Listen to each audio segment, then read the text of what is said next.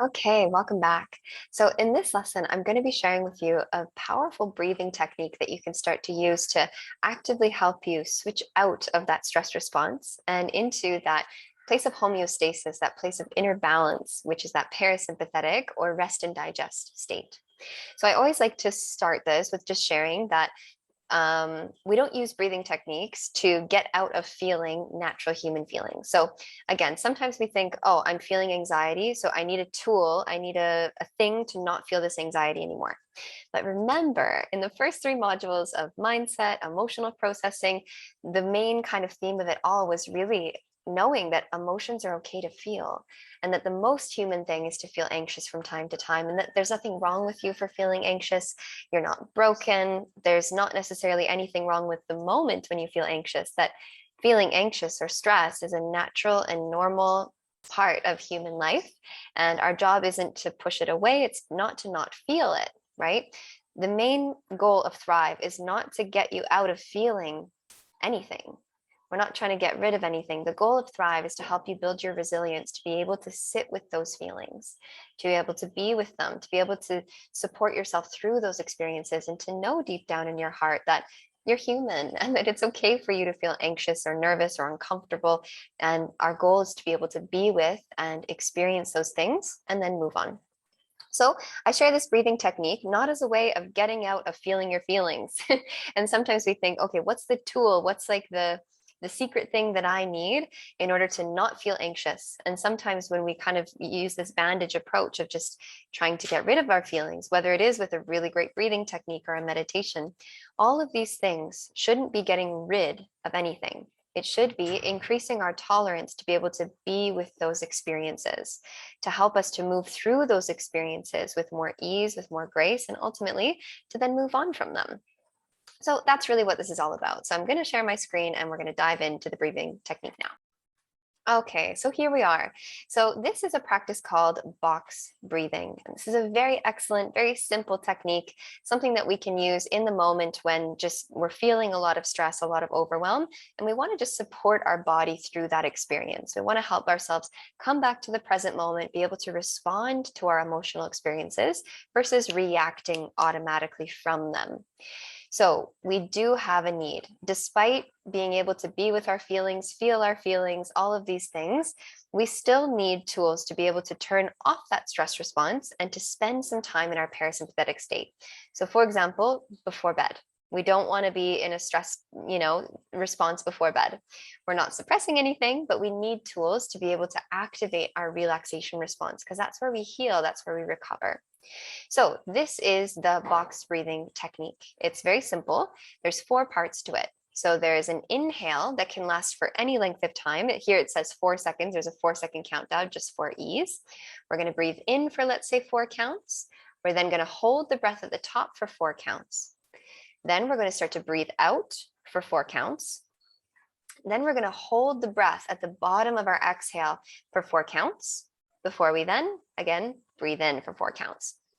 So 4 counts, you can use any number. If 4 counts feels like you're not getting enough air, if it makes you feel more anxious, then we know just reduce the count. It can be like 2 counts inhale, 2 counts hold, 2 counts exhale, and then 2 counts at the bottom of the exhale.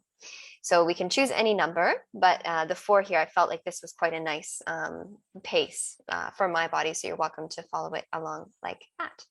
So let's try it together. Let us breathe in 3, 2, 1.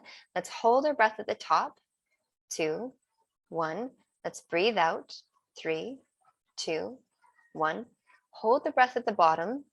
2, 1. Again, breathe in. 3, 2, 1. Hold the breath at the top. 2, 1. Breathe out. 3, 2, 1. Hold the breath at the bottom. 2, 1. Breathe in. 3, 2, 1. Hold. 3, 2, 1. Breathe out. 3, 2, 1. Hold. 3, 2, 1. Once more. Breathe in. 3, 2, 1. Hold. 3, 2, 1. Breathe out. 3, 2, 1. Hold. 3, 2, 1. And breathing normally. So even in a few rounds of breath, I feel, just more calm. I feel more grounded, more balanced. So this box breathing is also a balanced breathing. So the relationship between the mind and the breath is this. So I'll just close this so you're not watching the eternal countdown. The relationship between the mind and the breath is this. Whatever we do to our breath, we do to our mind. Whatever we do to our mind, we do to our breath. So in this way, breath equals mind. We know this. Different mental experiences like fear, anxiety, joy have different breathing patterns associated with them. Consider yourself. When you're feeling in a state of fear, how's your breathing? When you're afraid, your breath is probably quite shallow, right? It's very rapid. It's very concise. It's like, that's fear.